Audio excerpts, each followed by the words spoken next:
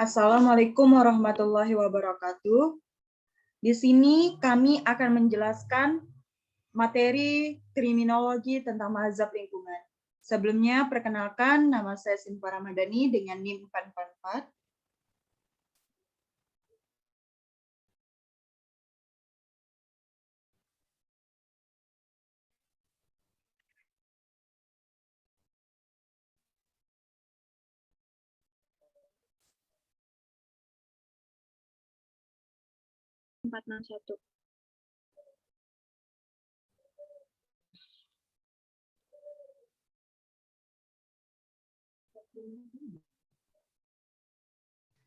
Pertama-tama yang akan menjelaskan materi terlebih dahulu adalah Kansa. Silakan Kansa dijelaskan.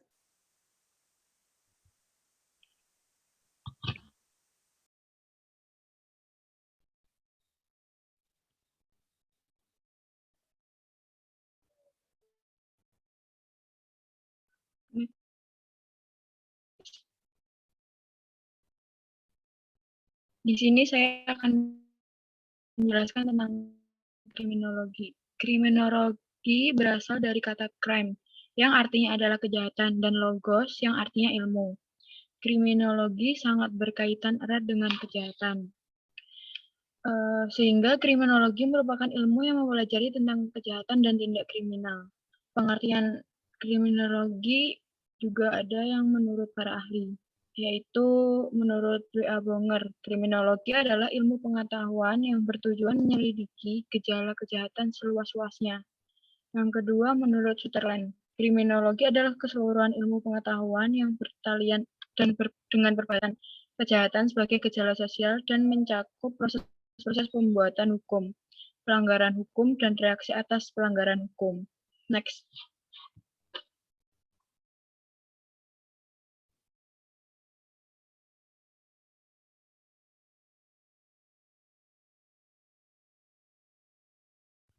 Kejahatan. Kejahatan sebagai tindakan manusia dan sebagai gejala sosial. Dalam kriminologi ditunjukkan untuk mengungkapkan motif pelaku kejahatan, sedangkan hukum pidana ditunjukkan kepada hubungan antara tindakan dan akibatnya atau hukum kausalitas. Kejahatan merupakan perbuatan melawan hukum yang diancam dengan hukuman oleh negara atau otoritas lain. Istilah kejahatan dalam hukum pidana modern tidak memiliki definisi yang sederhana dan diterima secara universal. Meskipun definisi undang-undang telah disediakan untuk tujuan tertentu. Pandangan yang paling populer adalah bahwa kejahatan adalah kategori yang diciptakan oleh hukum. Dengan kata lain, sesuatu adalah kejahatan jika dinyatakan demikian oleh hukum yang relevan dan berlaku. Salah satu definisi yang diusulkan adalah bahwa kejahatan atau pelanggaran atau tindakan pidana merupakan tindakan yang merugikan tidak hanya untuk beberapa individu, tetapi juga untuk komunitas, masyarakat, atau negara. Tindakan seperti itu dilarang dan dapat dikenai hukuman oleh hukum yang berlaku. Next.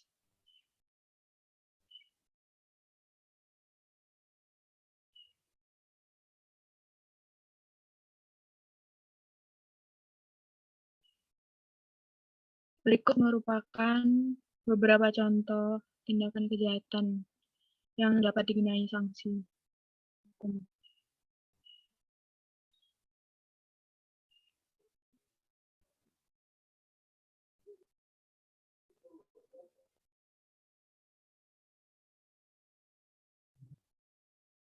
Tindakan tersebut merupakan kejahatan di dalam suatu ruangan atau di dalam lift.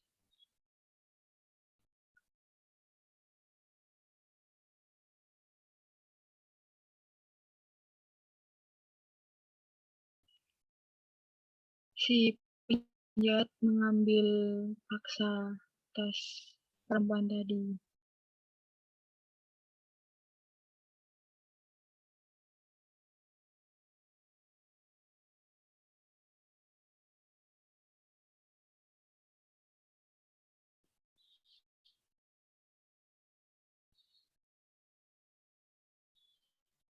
Ini juga termasuk salah satu tindakan pencurian.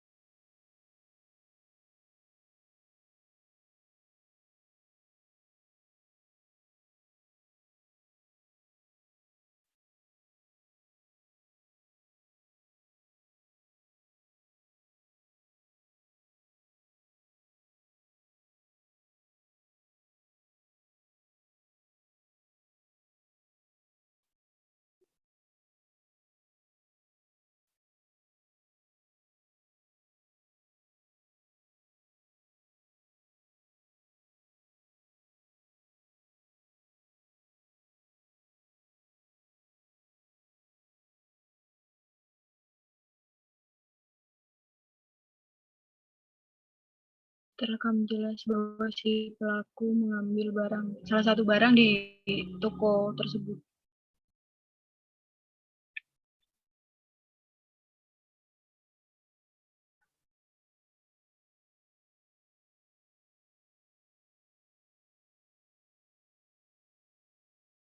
Nah, termasuk perbuatan pencurian yang dapat dikenakan sanksi hukum yang berlaku.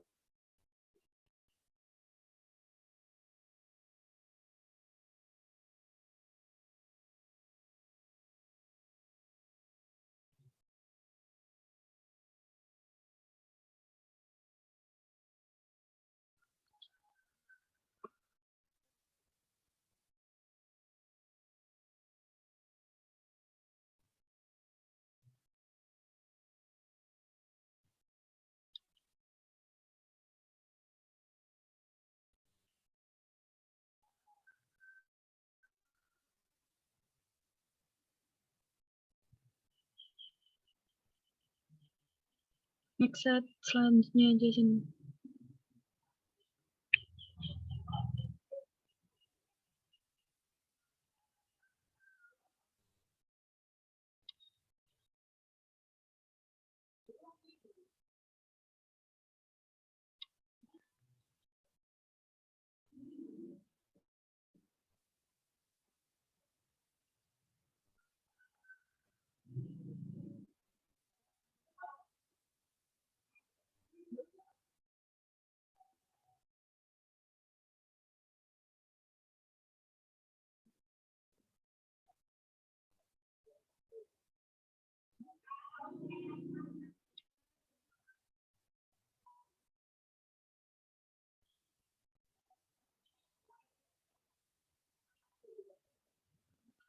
Next scene.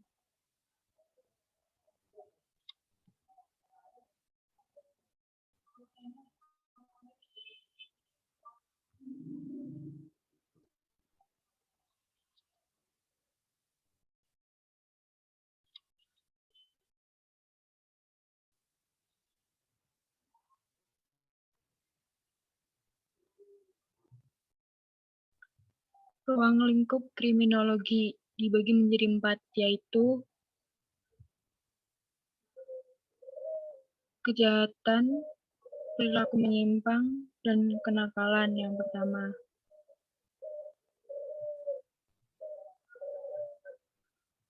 Yang kedua, pola tingkah laku kejahatan dan sebab musabab terjadinya kejahatan. Yang ketiga yaitu korban kejahatan. Yang keempat, reaksi sosial masyarakat terhadap kejahatan. Next.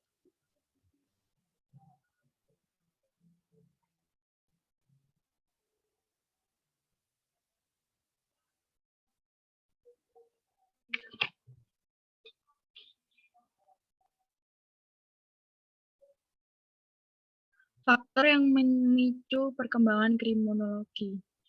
Yang pertama yaitu ketidakpuasan terhadap hukum pidana, hukum acara pidana, dan sistem penghukuman. Ketidakpuasan terhadap hukum pidana, hukum acara pidana, dan sistem penghukuman adalah hukum pidana pada abad ke-16 hingga abad ke-18 dijadikan semata-mata untuk menakut-nakuti dengan penjatuhan hukuman yang seberat-beratnya, sehingga menjadi hal yang biasa saat itu untuk melihat hukuman badan yang sadis. Hal ini dilakukan bertujuan bagaimana supaya masyarakat pada umumnya dapat terlindungi dari kejahatan.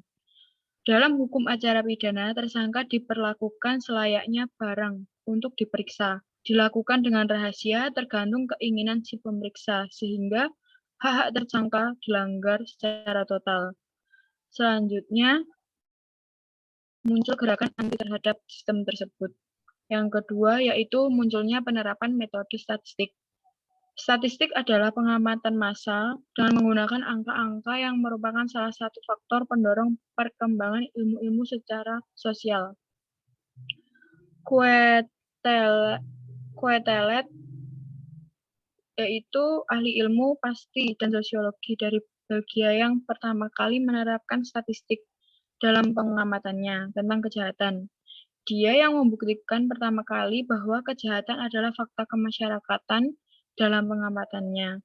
Melihat bahwa dalam kejahatan terdapat pola-pola yang setiap tahunnya selalu sama, sehingga dia menyimpulkan bahwa kejahatan dapat diberantas dengan memperbaiki tingkat kehidupan masyarakatnya. Next.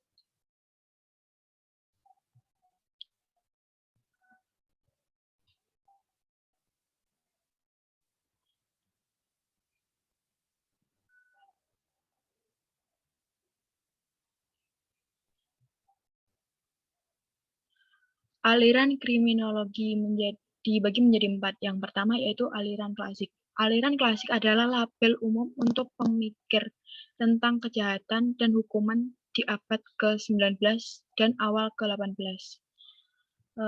Yaitu anggota yang paling menonjol dari para pemikir ini termasuk Cesare Beccaria dan Jeremy Bentham. Kedua pemikir memiliki ide yang sama, bahwa perilaku kriminal berasal dari sifat manusia sebagai makhluk rasional dan hedonis, karena orang cenderung bertindak untuk kepentingan mereka sendiri. Sementara rasional mampu menghitung kelebihan dan kekurangan dari tindakan itu sendiri. Menurut sekolah klasik, seorang individu tidak hanya seorang hedonis, tetapi juga rasional, dan oleh karena itu selalu menghitung kelebihan dan kekurangan dari setiap tindakan, termasuk apakah ia telah melakukan kejahatan. Yang kedua yaitu aliran positif. Aliran positif manusia dipandang tidak memiliki kehendak bebas, tetapi dipengaruhi oleh kondisi internal dan eksternal manusia itu sendiri. Ada 3 segmen teori dalam aliran positif. Yang pertama yaitu segmen biologis, Lambrosian, mempertimbangkan karakteristik fisik penjahat. Yang kedua, psikologis, meliputi antara lain faktor psikologis seperti neurosis, psikosis, dan gangguan psikotik yang membuat seseorang melakukan kejahatan. Ketiga, segmen sosial positifme yang ditemukan di Adolphe Quetelet, Rawson, Henry Mayhew, dan memikirkan faktor sosial Durkheim, termasuk introverti, anggota subkultur, tingkat pendidikan rendah, kota padat, distribusi kekayaan sebagai faktor penentu dalam kejahatan. Adapun hukuman di sekte ini yaitu menganjurkan bahwa mereka yang bertanggung jawab tidak dihukum karena itu hanya korban keadaan di luar kendali mereka sebagai individu. Yang ketiga yaitu aliran neoklasik. Aliran neoklasik mempunyai doktrin dasarnya sama dengan aliran klasik, yakni bahwa manusia adalah makhluk mempunyai rasio berkehendak bebas karena adanya tanggung jawab atas perbuatan-perbuatannya. Meski demikian, terdapat sejumlah revisi yang dilakukan terhadap inti ajaran aliran klasik. Perubahan-perubahan tersebut antara lain yaitu yang pertama perubahan pada doktrin kehendak bebas, yang kedua pengakuan adanya keadaan-keadaan atau keadaan mental dari individu, yang ketiga perubahan doktrin tanggung jawab sempurna yang mendasari pembalasan dalam aliran klasik, yang keempat dimasukkan keterangan ahli dalam acara pengadilan untuk menentukan besar tanggung jawab apakah si terdakwa mampu memilih antara yang benar dan yang salah. Yang keempat yaitu aliran kritis. Aliran kritis juga dikenal dengan istilah critical criminology atau kriminologi baru. Aliran kritis sesungguhnya memusatkan perhatian pada kritik tentang kami terhadap intervensi kekuasaan dalam menentukan suatu perbuatan sebagai kejahatan. Itulah sebabnya aliran ini menggugat eksistensi hukum pidana. Pendukung aliran ini menganggap bahwa pihak-pihak yang membuat hukum pidana hanyalah sekelompok kecil dari anggota masyarakat yang kebetulan memiliki kekuasaan untuk membuat dan membentuk hukum pidana tersebut. Jadi, hal yang dikatakan sebagai kejahatan dalam hukum pidana dapat saja dianggap oleh masyarakat umum sebagai hal yang bukan tidak kejahatan atau tidak jahat. Dan tentunya hal tersebut jika terjadi persepsinya para pembuat hukum pidana berbeda dengan persepsi luas pada umumnya. Next.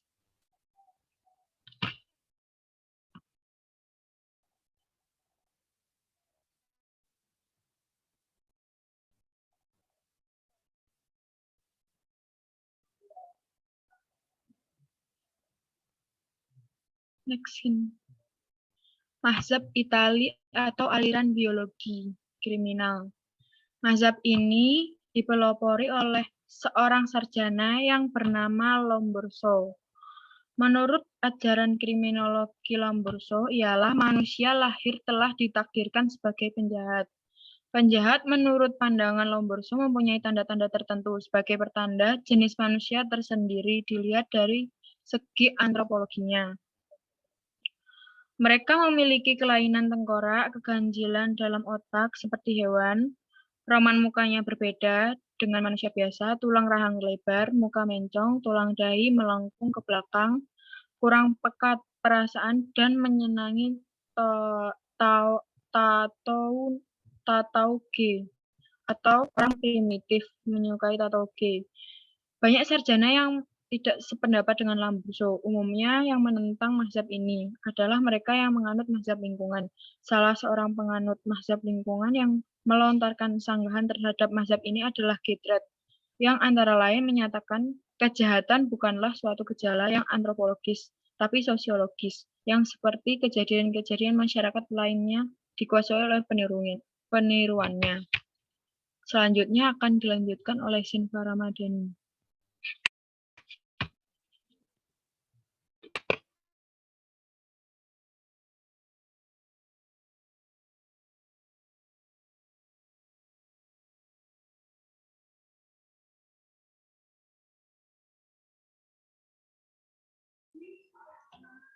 Mazhab lingkungan atau mazhab Prancis. Semboyan yang terkenal dari mazhab ini adalah De Welt is meer zo amiras ich, atau yang artinya dalam bahasa Indonesia adalah dunia lebih bertanggung jawab terhadap bagaimana jadinya saya daripada diri saya sendiri. Maksudnya adalah lingkungan yang menentukan mental karakter seseorang daripada orang itu sendiri. Dengan demikian, segala persoalan bisa dikembalikan pada faktor lingkungan, termasuk sebab mazhab terjadinya lingkungan.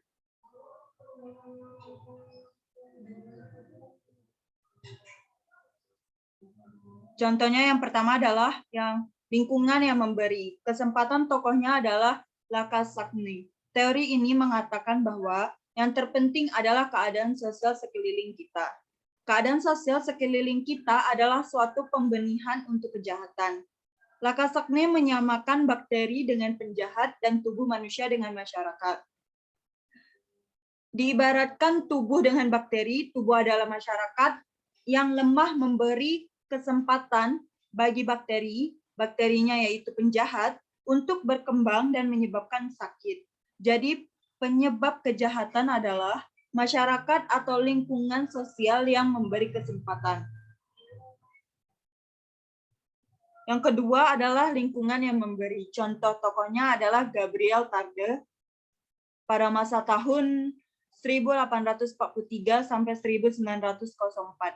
Ia mengatakan kejahatan bukanlah gejala antropologis tetapi sosiologis, seperti kejadian masyarakat yang dikuasai oleh peniruan 27 atau saling contoh-mencontoh.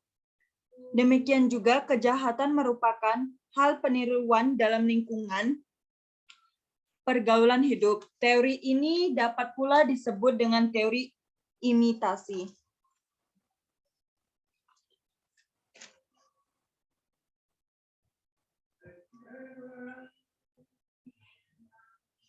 Teori penyebab kejahatan dari aspek sosiologis.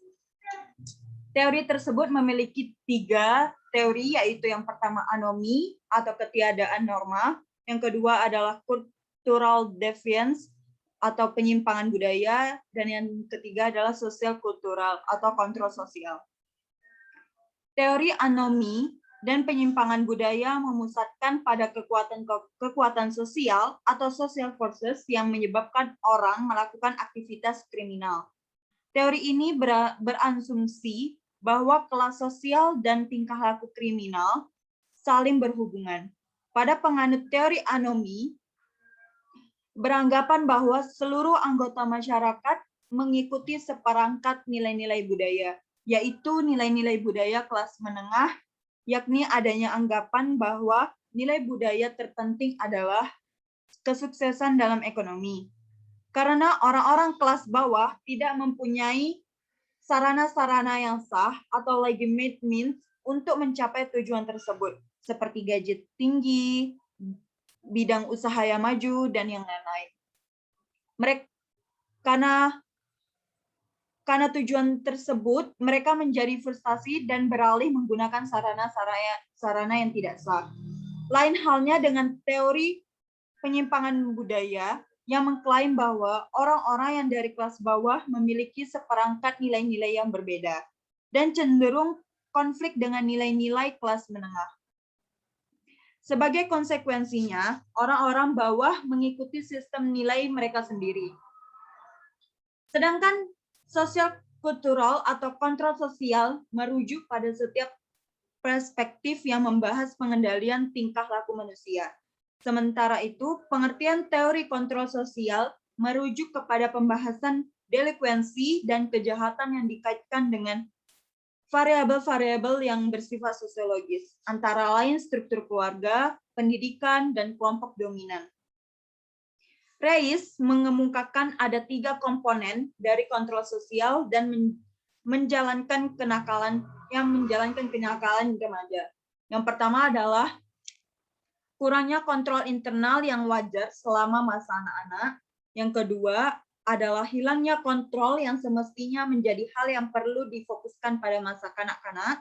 Dan yang ketiga adalah tidak adanya norma-norma sosial di lingkungan dekat, di sekolah, dan orang tua.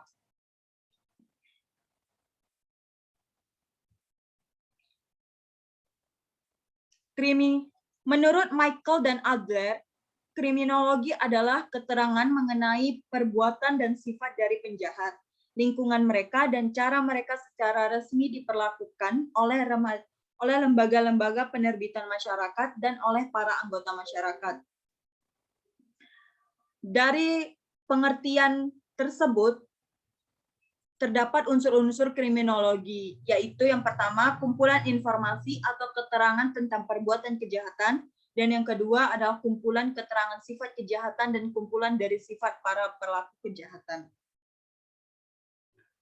Unsur kriminologi menurut Sujono Dirjosisworo, yang pertama adalah kriminologi merupakan ilmu pengetahuan, yang kedua mempelajari sebab akibat kejahatan, dan yang ketiga adalah dengan adanya sebab akibat kejahatan tersebut, maka timbul kesadaran untuk melakukan perbaikan dan pencegahan. Fungsi kriminologi. Fungsi kriminologi dapat dibedakan menjadi 2, yaitu fungsi klasik dan fungsi modern. Pada fungsinya yang klasik, keberadaan kriminologi berkaitan dengan hukum pidana, di mana 2 disiplin ini saling berhubungan dan saling bergantung antara satu dengan yang lainnya. Bahkan sebelum kriminologi dianggap sebagai bagian dari hukum pidana. Dalam perkembangan selanjutnya, kriminologi dijadikan sebagai ilmu yang membantu hukum pidana, dan sekarang hal tersebut tidak dapat dipertahankan lagi karena perkembangan kriminologi sudah menjadi disiplin yang berdiri sendiri. Sekian dari presentasi kami. Wassalamualaikum warahmatullahi wabarakatuh.